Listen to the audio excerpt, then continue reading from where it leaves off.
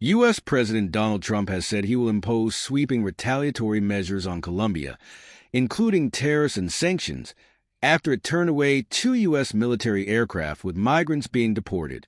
President Trump's punitive action appeared aimed at making an example of Colombia, the second case of a Latin American nation refusing U.S. military deportation flights.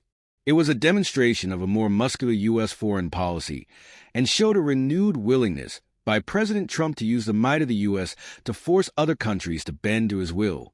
President Trump claimed on Truth Social that the refusal by Colombian President Gustavo Petro to accept the flights jeopardized U.S. national security.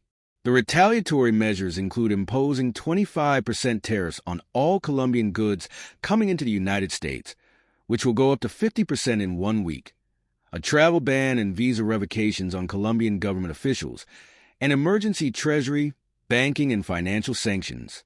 He also claimed he would also direct enhanced border inspections of Colombian nationals and cargo.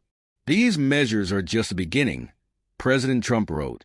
We will not allow the Colombian government to violate its legal obligations with regard to the acceptance and return of the criminals they forced into the United States. He posted a picture of himself on Truth Social in a pinstripe suit and a fedora in front of a sign reading FAFO, short for Fuck Around and Find Out. The U.S. will no longer be lied to nor taken advantage of, U.S. Secretary of State Marco Rubio claimed in a statement. He added that President Petro had authorized these flights and provided all needed authorizations, but then canceled his authorization when the planes were in the air. The U.S. president declared illegal immigration a national emergency and imposed a sweeping crackdown since taking office last Monday. He directed the U.S. military to help with border security, issuing a broad ban on asylum and taking steps to restrict citizenship for children born on U.S. soil. Colombia's president condemned the practice, suggesting it treated migrants like criminals.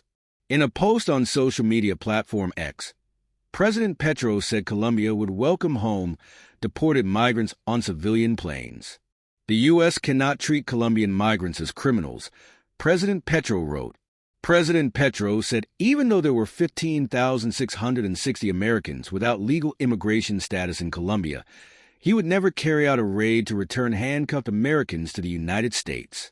Mexico also refused a request last week to let a U.S. military aircraft land with migrants. President Trump did not take similar action against Mexico, its largest trading partner, but has said he was thinking about imposing 25% duties on imports from Canada and Mexico on February 1st to force further action against illegal immigrants and fentanyl flowing into the U.S. The United States is Colombia's largest trade and investment partner, the State Department said, and Colombia is also the U.S. third-largest trade partner in Latin America. Petro's finding out that tweets have consequences. He's not faced a U.S. counterpart that looks at Colombia through a strategic lens, as a key ally, but as a country to make an example of, said Sergio Guzman, Director of Consultancy Colombia Risk Analysis. Mr. Guzman added that financial sanctions could be potentially economically crippling. Alejo Chihuanco, Chief Investment Officer for Emerging Markets Americas at UBS Global Wealth Management, said Colombia relied on access to the U.S. market for about a third of its exports, or about 4% of its GDP. President Petro's comments add to the growing chorus of discontent in Latin America as President Trump's new administration starts mobilizing for mass deportations. Brazil's foreign ministry yesterday condemned degrading treatment of Brazilians after migrants were handcuffed on a commercial deportation flight. Upon arrival, some of the passengers also reported mistreatment during the flight, according to local news reports.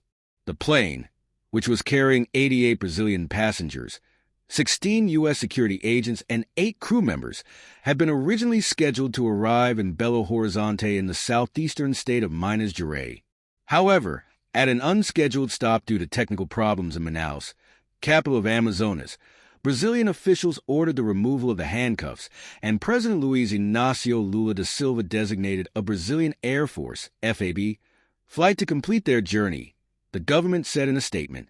The commercial charter flight was the second this year from the U.S., carrying undocumented migrants deported back to Brazil, and the first since President Trump's inauguration, according to Brazil's federal police. Officials from the U.S. State Department, Pentagon, U.S. Department of Homeland Security, and U.S. Immigration and Customs Enforcement did not immediately reply to requests for comment. The use of U.S. military aircraft to carry out deportation flights is part of the Pentagon's response to President Trump's national emergency declaration on immigration. In the past, U.S. military aircraft have been used to relocate individuals from one country to another, like during the U.S. withdrawal from Afghanistan in 2021.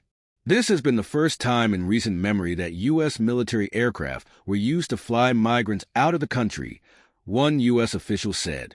U.S. military aircraft carried out 2 similar flights, each with about 80 migrants, to Guatemala on Friday,